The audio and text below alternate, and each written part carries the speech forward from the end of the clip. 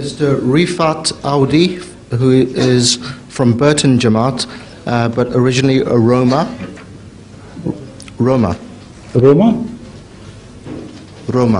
He's put down.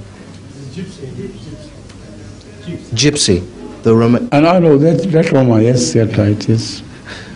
He asked, why are the Roma people of former Yugoslavia going through so much hardship and no Muslim is helping them? We try always to help them.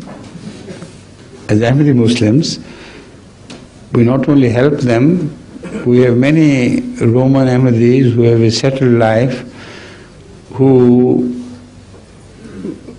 change themselves so much that there is no more theft,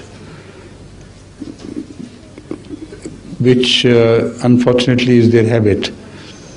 So they do not steal anymore, they do not create trouble for their neighbors, etc. While the Romans, even in England, when they move in caravans, you see they create terror in the entire society where they set. And unfortunately, they are given to this habit of stealing and destroying life. So many things, unfortunately, go into them according to their traditions. But we are helping them. As I've told you, mashallah, with the grace of Allah, we have many reformed Romans who are now leading a settled life. Thank you.